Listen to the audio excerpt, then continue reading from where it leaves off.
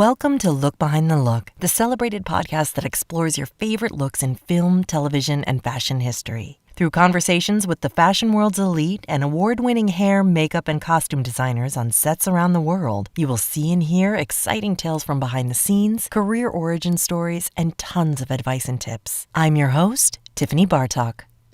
Hey everybody, welcome to Look Behind the Look. Today I am speaking with Camille Friend, perhaps the most amazing name in the industry. Camille's a legendary hair department head and hairstylist. She has department headed many of the Marvel films, and most recently Wakanda Forever, which, as you know, she has been Oscar nominated for her work. And we had a great conversation around award season and the ups and downs of it all. And so I'm really excited to share with you what she has to say and how she handles things like disappointment and success in that area. And of course, we talk about her spectacular work with the water on this film. So just everything. So please check out more of her links at the bottom, including Hair Scholars. She is a leader and an educator. And of course, head to her Instagram page for much more behind the scenes and how she creates the magic that she creates on set. Enjoy. No woman, no cry. No woman, no cry. Hey, little darling, don't shed no tear. No woman, no cry. Good friends we have and good friends we've lost along the way. In this great future, you can't forget your past. So dry your tears, I say.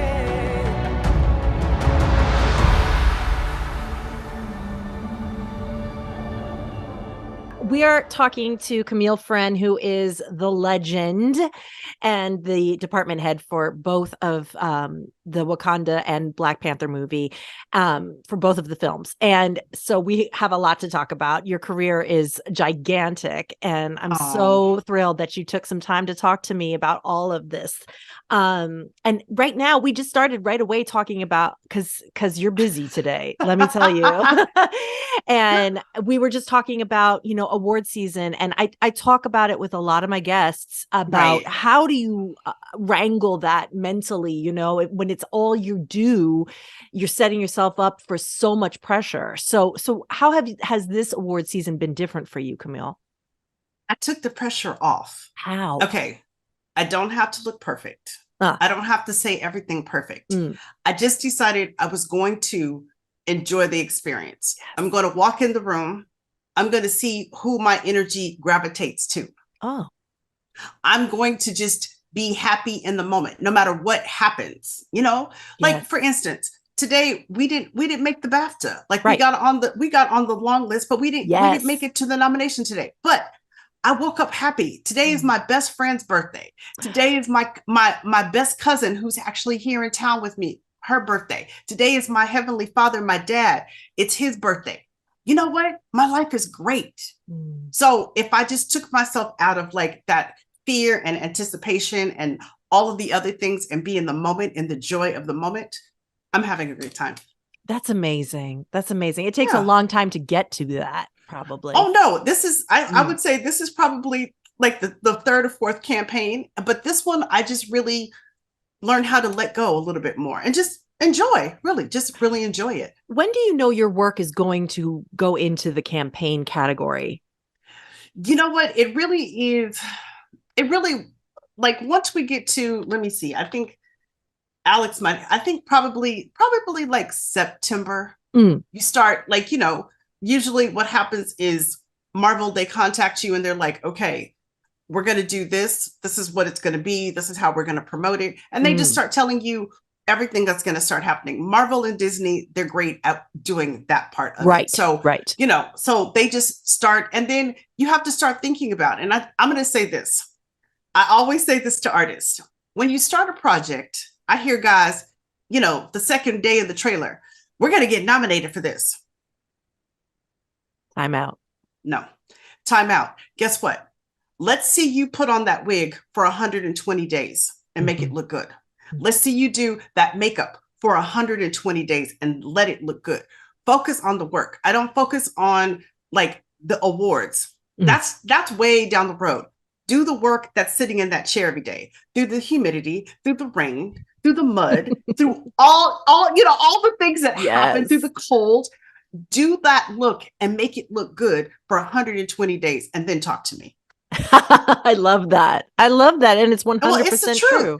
Yeah. Focus on the work. Like the accolades come later and they will come, but focus on the work is what gets you accolades. You gotta first do the work. And that's not the only accolade, yes. I mean, you are a force. And can we talk about Wakanda? Because, you're still on the short list for the Oscars, of course. And everybody talks about your work and Ruth Carter's work in this film. And the aesthetic is incredible. That's undeniable. And how did you guys discuss, even, I know you've been talking about this like crazy, but I want to know. Of course, it's good. I want to know how you came to the second film and what that first conversation was like, being that it was such an emotional revisiting. I'll tell you, I'm going to make a long story short. So we were supposed to start the movie a long time ago. Okay. And then Chadwick passed. So that changed the dynamic of the movie. And I'd say one thing about this movie is, and you understand this movie could have been over. There could have been no more Black Panther. There couldn't have been a 2. There couldn't be anything else, because when a franchise loses their star, a major star a lot of times it's just over. Yeah. So I think it was really smart. It was really risky of Marvel to say, okay, we're going to move forward. It's like, how are we going to move forward? Because we're all very destroyed. We lost our king. So, and that's how I came into it. I came into it, very like, how are we going to do this? What is it going to look like? Like all of those things. And then after reading the script and really sitting and talking with Ryan Coogler, who's our director, Ryan really comforted me, because I was really sad. I was really sad. So he really comforted me in that sort of thing. And I'll tell you on a personal note, also, during the time when Chadwick, right when he was passing, we found out that my own brother had colon cancer. Oh, no. So it was something, so it was a lot of things that was going into me processing all of it. So getting back to, once I spoke with Ryan and he really comforted me and I read the script, I really realized what we were doing. We were doing something not only for ourselves, but we're doing something for the fans. And it was beautiful how in the script, how they introduced a lot of new characters, but then we were giving honor to Chadwick Boseman, and we were giving honor to his character of T'Challa and who he was. So once that was established for me, I was a lot better. I was good to go. Wow. And you probably felt permission from him as well when you were talking. I totally. And I'll tell you something people don't know. Right before we filmed, Brian had all us department heads, especially most of us are the same people who did the first one. So that's a testament to what the movie is. So most of us came back. So there was not really that many new faces in that space of the department heads. Ryan took us all to where Chadwick is, where he's buried. So we actually got to go and we spent several hours with him, with his family, and we got to pray, we got to meditate, we got to talk. We just all sat there, and we had drummers come. We had his best friend, whose name is Jabari, come, and he drummed. So it was very much a whole spiritual awakening. And I felt a lot of closure that day, and it just felt like permission to go on. Oh, yeah. I didn't know about that. That is such a blessing. Wow. What a gift. That was really a blessing that even Ryan had the foresight to know that we needed that, and that it was something that needed to be honored. Yes. Yeah. Oh, I love this. Now, so the cast, everyone is grieving. The characters are, of course, grieving. And so the hair reflected the grief. And I would love to hear the specifics of that and how you approached it. So the backstory, how it all started, and this is also through Ryan Coogler in our discussions.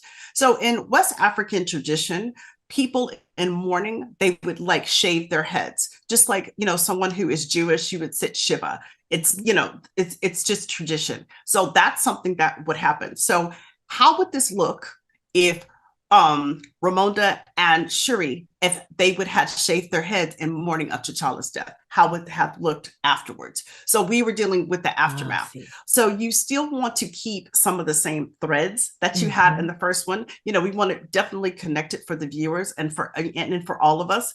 So, how would that look? So starting with Ramonda, of course, we saw the first opening shot she had, and that is her. People keep asking me, is that the original wig? That is the original OG lock wig.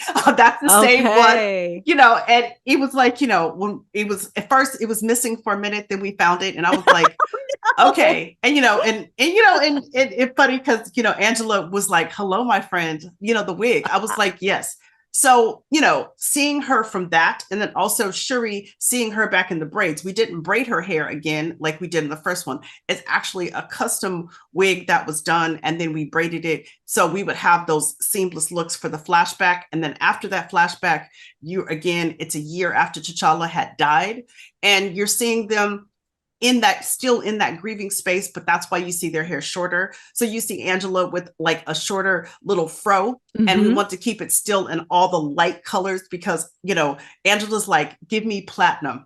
So that's what we call it. So I like, give her platinum hair. So I give Angie her platinum hair, and then figuring out like what Shuri was going to look like, because, from the first one, she was the younger sister. She had the great jokes. She had the great fashion, but, she's this super, super intelligent mind. But this one, she's a totally different person. She's a young woman who is evolving as not only as a sister and somebody who's evolving to also help her mother run a whole country. So that's something that she had to step into more of a situation. You're seeing this young woman evolve in front of your eyes. So keeping her in that same sense of keeping her with her like short natural hair, but then like we kept some of the same things. We kept the sides short, but like evolving her into something that is more of a mature look. And then even something that's more current. Wonderful. Oh my gosh, this is great. And can you tell me a little bit about your wig maker and how you worked together? I have his name right here written down. Can you remind me? my wig maker, her name is Natasha. Sorry. It's her. No, it's all right. And it's Ladeke. It's Ladek. And I'm going to say this, and people, you're only as good as your wig maker. Okay. Period. The wig makes a big difference. And you had 300? We had about 300 wigs. So Natasha is responsible. Like she does all, like I call them the hero wigs that we do for all our key people. She does all those wigs. And, she is a friend. She is, I call her a co-conspirator in what I do. And it's something as like, again, you're only as good as your wig maker. It's because it is all about how the knots are going to be put in, the colors that we're going to blend, like, what kind of hair texture we're going to use, all of those things, and a beautiful hairline, like all of those things add up to a beautiful wig. And so she is something who I've been co-collaborating with for now over 10 years. Wow. And we just work together, like, and she knows, like, I go in and I'm going to color my own wigs. Like I'm going to go in, I can go into her studio, I can paint, I can color, I can test. So all of those things are happening as we go along. Oh, that's fantastic. You got to have somebody you can depend on, especially when you're going to have a flood in your movie and you got to be underwater. So let's talk about that, because I was looking again on your Instagram, which is thank you for all that content, because I know you are an educator and you definitely extend your knowledge to the next generation, and everybody's like, how do I work with you? And so I saw all the questions down below. So let's tell them all how you did this. So I'm going to say this. I've done water movies where, like, we put a little water, little spray, little water here, little water there. This was like a real water movie. So it's something that, like, I know about water, but I have a whole new respect to the nature and Mother Nature and water. And like, because it's moving, it's breathing, it's alive. And so you have to you have to respect it. Like, for instance, I remember I had gotten in the pool and I had just went underwater and I just got really quiet. And like, what do you hear? what does the water say to you? So like, and I was thinking about all the actors that are going to be in the tanks. Like, what does it feel like? What is it gonna like? What does that feel like? And it's almost like water is so gentle in a way, it like kind of rocks you. And that's how you get that feeling. So approaching it in respecting the water and, really thinking about, okay, how are we going to do this? How are we going to make it happen? So after doing a lot of tests, so Nate Moore, our executive producer, he came to me and he's like, so Camille, how's the hair going to stand up and look good underwater? And Nate's very like straight. Yeah. And I'm like, we're going to figure it out with this face. We're going to figure it out. So like we had to figure it out because this is the other secret. Like we couldn't put people in the tank with hairsprays, gels, mousses, nothing. Because when they get in the water and they have product in the hair, it just makes a big cloud in the water. And you're like, right. Oh, that's not good for the camera. So it's not good for camera. It's not good for visual effects. It's not good for anything. So how do we make all this hair look good in that way? So a friend of mine, his name is Jake Gerber. He also does Sam Jackson with me. He's a makeup artist. And I remember him telling me something years ago about how you can make things stay if you mix spirit gum and you mix alcohol. And I was like, we're going to try that. So it was one of those things. We literally tried it. We really thin the glue out to a very thin consistency, put it in bottles and started spraying it on the hair. We did a test and I was like, okay, let's see if it turns white. Okay, the first one was a little white. Let's thin it out a little bit more. Okay, this is looking good. Let's do a test. Let's get it underwater. And I went over to the tank, dip, dip, dip. Let's see, hold it down there for like a while. Oh my God. When it comes up, what does it look like? The hair is still standing. So that was one of our solutions to, like, we could spray all the hair pieces and all the wigs and we could make them actually the hair to stay up.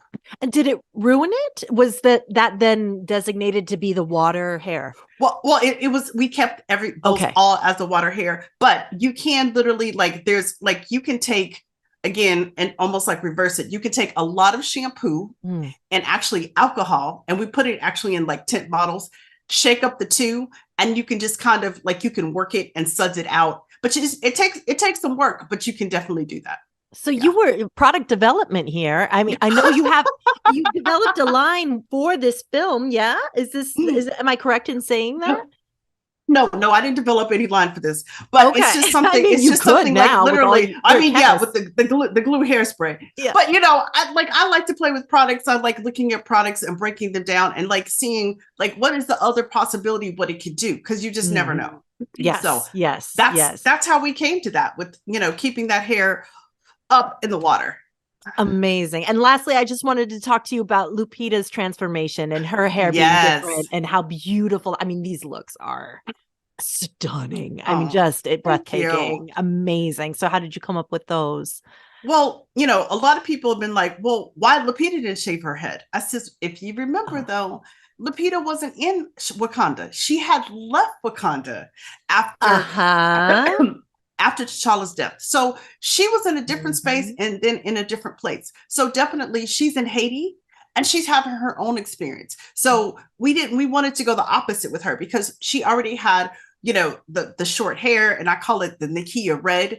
And I was like, okay, so how do we allow her to evolve who she is, because she's not a warrior anymore. She's not fighting. She's in a school and she's teaching. How do we evolve her? So we let her hair grow out. So we gave her the beautiful locks and ombre them in the Kia red, as I call it. And it was something that it really came together pretty organically. Oh, wow. And Lupita's been a good client to me. So, it's just something that just happened. And once we got them in, Ryan is a lover of locks. His mother has beautiful long locks. So he was like, we have to have locks in this movie. I said, don't worry, I got you covered. Got it. So, the best, most beautiful locks you could possibly have. Beautiful.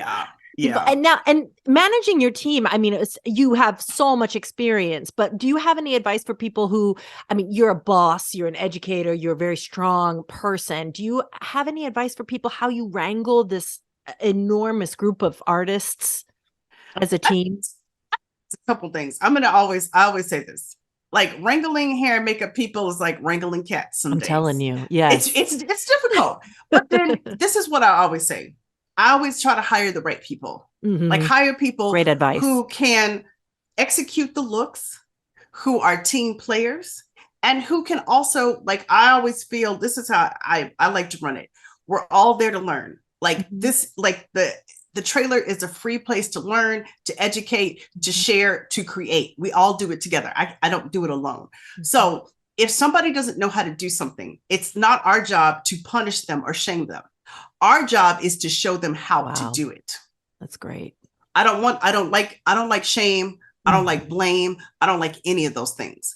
But allowing people to have the space to, if you say to me, I don't know how to do this, I'm fine with that. I'm not just fine. Tell you, just let you know. Don't fake it. Just let us know. But if you don't know how to do something, that's okay. But don't do something if you don't know how to do it. And the end result is tragedy. Like, so just let us know that you don't know how to do it, because I'm always willing, or somebody who I work with, the girls who I work with, they're always willing to teach, because they know that's how I roll, and that's how I do it. So it's always a situation of it's an open forum. We're always learning and teaching each other different things.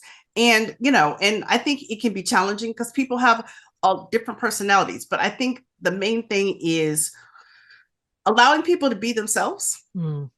And when people show you who they are the first time, believe it.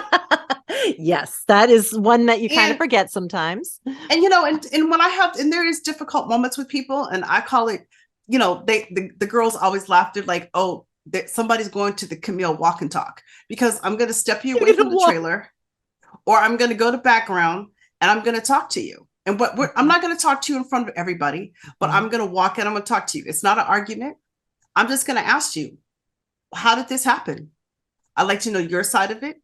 Oh my God, I can feel it. I can feel it. But it's like we can talk about it and we can discuss it. Such a good But I approach. always tell people this: no matter what, we're in a creative atmosphere, but this is a professional environment.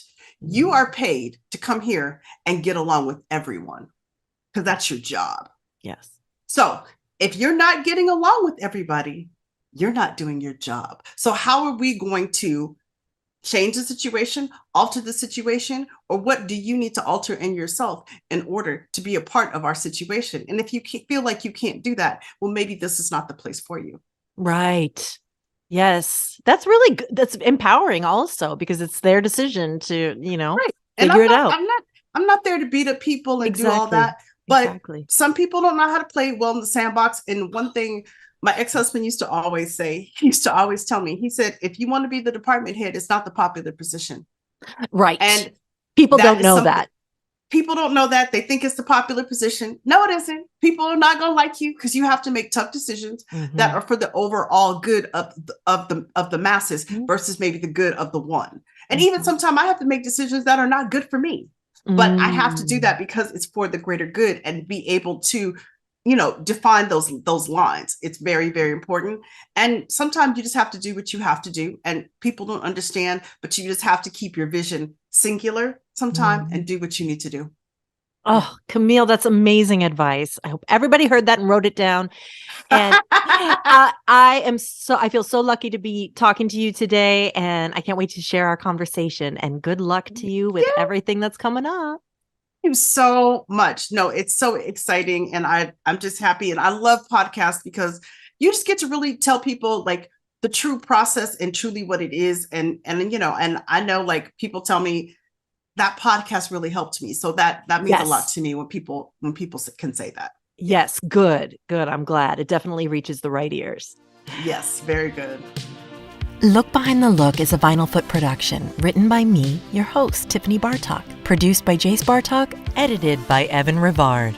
If you're interested in learning more, find our video version on the YouTube channel Look Behind the Look podcast. There you can see rare photos and clips from our guests. And please follow us on Twitter at LookBehindPod and Instagram at LookBehindTheLook. If you like the show, please rate, review, and subscribe. And tell your friends and spread the word. You can subscribe to us on iTunes or any podcatcher of your choice. Thanks for listening to Look Behind the Look.